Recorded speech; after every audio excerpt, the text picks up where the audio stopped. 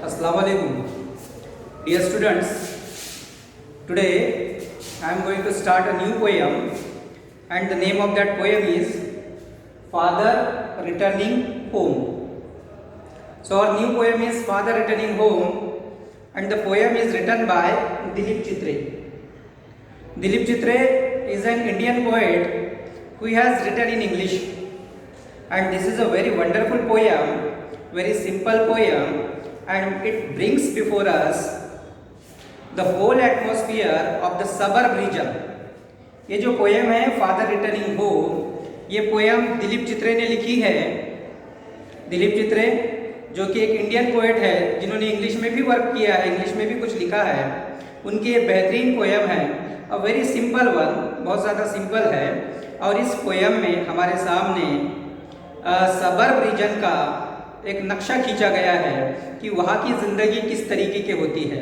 Suburb reason के ताल्लुक से मैं बता दूँ आपको, सबर्ब रीजन जो होता है, बड़े जो शहर होते हैं, बिग सिटीज़ जैसे होते हैं, मुंबई है, उसके अंदर और भी कुछ छोटे शहर होते हैं, जैसे कल्याण हो गया, डोंबिवली हो गया, मुंब्रा हो गया. तो ये सारे छोटे छोटे जो रीजन उसके अंदर के इलाके, उसके अंदर के, उसको सबर्ब कहते हैं.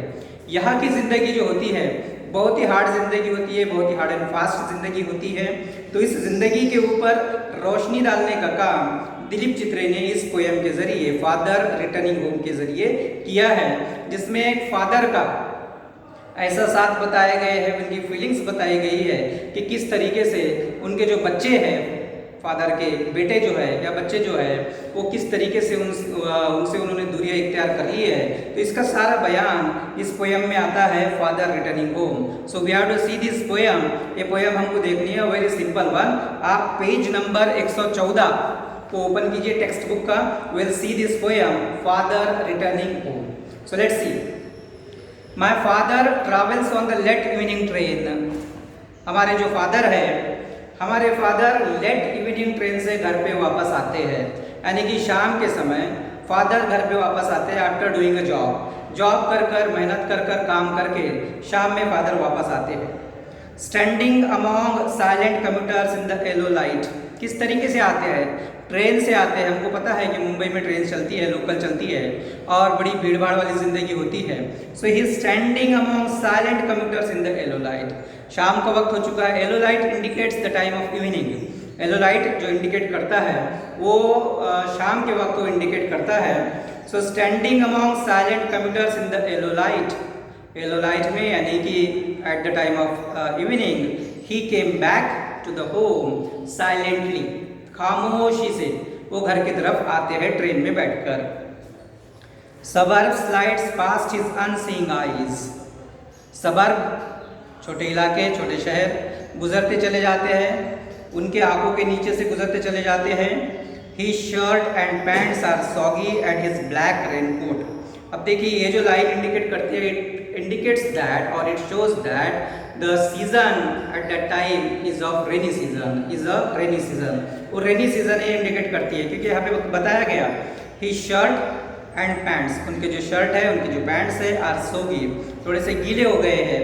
एंड हिज ब्लैक रेनकोट, उन्होंने रेनकोट भी पहना है, वो भी थोड़ा सा गीला हो चुका है. Stained with mud and his bag stuffed with books. Stained with muds, उनके जो कपड़े हैं, उनके कपड़ों के ऊपर धब्बे पड़ चुके हैं, दाग पड़ चुके हैं, काय के, कीचड़ के, मड के. And his bag stuffed with books, उनके पास में एक बैग है.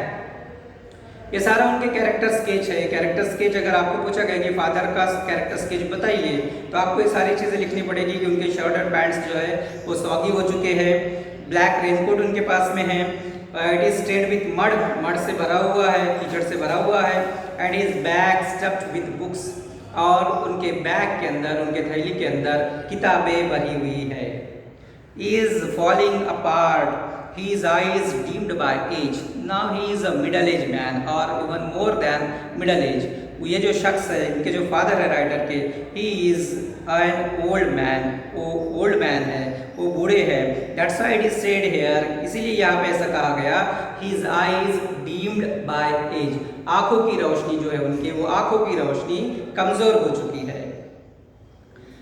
Fared homeward through the humid monsoon night, he came back from the work.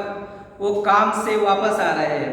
कब काम से वापस आ रहे हैं? Through the humid monsoon night, रात के समय.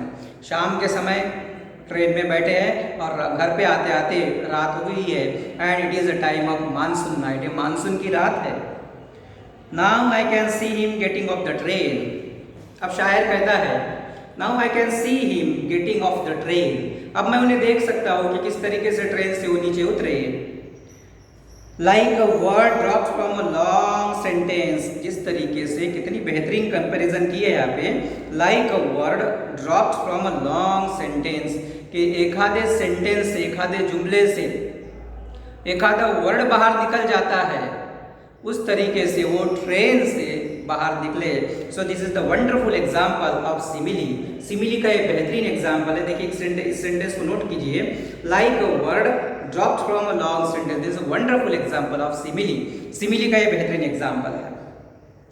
ही hurries across the length of the grey platform, he came hurriedly, platform के ऊपर वो उतरे, ही केम हरीडली, और बहुत तेजी से, बहुत रफ्तार के साथ में प्लेटफॉर्म के ऊपर वो आए। Crosses the railway line, enters the lane, railway line cross की, एंटर्स द लेन, गली के अंदर दाखिल हुए। His chappals are sticky with mud but he hurries onward, उनकी जो चप्पल है वो चप्पल मड के वजह से, कीचड़ के वजह से स्टेन हो चुकी है, उसके ऊपर धब्बे लग चुके हैं। But he hurries onward, but because he loves his family, but because he loves his children, क्योंकि वो अपने बच्चों को बेहद प्यार करते हैं, अपने फैमिली को बहुत ज़्यादा चाहते हैं। He hurries onward, he hurries onward, वो जल्दी जल्दी घर की तरफ दाखिल हुए। Home again I see him drinking with tea, घर पर पहुंचने के बाद में I see him drinking with tea, एक बहुत ही फीकी सी हल्की सी चाय उन्होंने पिया। Eating a stale chapati, reading a book, बासी कुसी जो बचा था सुबह का, वो सुबह का खाना उन्होंने खाया। Reading a book, and after that he read a book, एक किताब वो पढ़ने लगे। He goes into the toilet to contemplate, after that he goes for refreshing, fresh होने के लिए वो टॉयलेट में गए। And there he contemplate for a while, और बहुत देर तक he makes a deep thinking, कुछ वो सोचने लगे। He was thinking about something, कुछ तो भी वो सोच रहे थे। he was thinking about the future of the children, future of his children, अपने बच्चों के मुस्तकबिल के बारे में हो सकता है कि वो सोच रहे होंगे।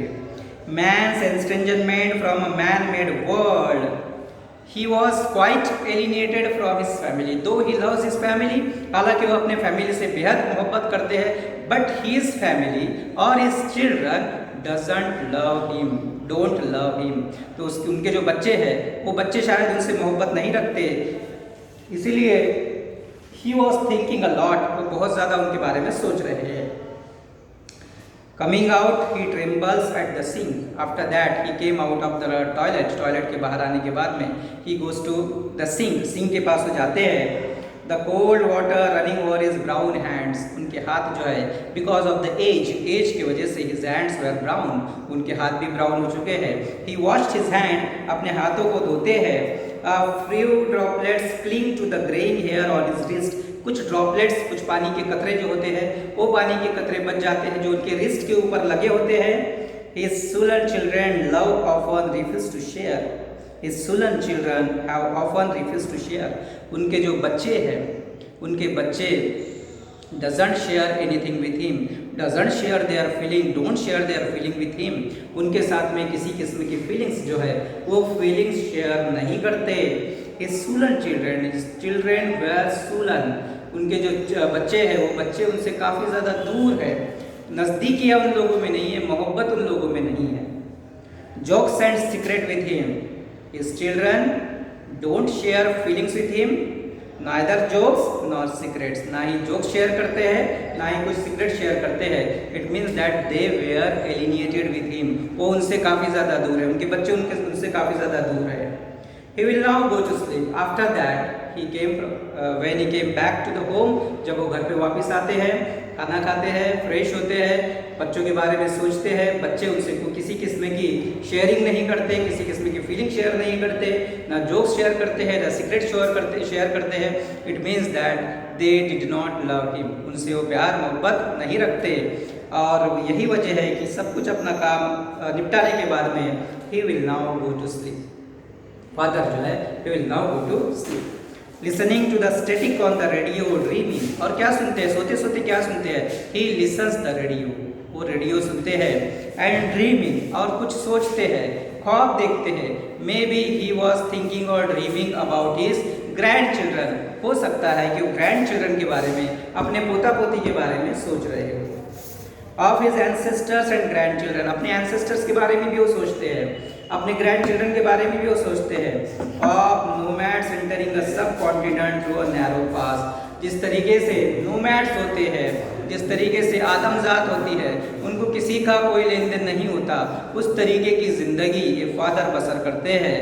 His children never love him, his children never share their secrets nor feelings with him. तो इस तरीके से एक फादर की एहसासात इस पोएम में बताई गई है। So the poem is a very wonderful one and it is written by Dilip Chitre. Hope you will understand it, and you once again read this poem, and after that I will send the PDF of the question and answer of this poem. तब तक के लिए अल्लाह हाफ़िज़।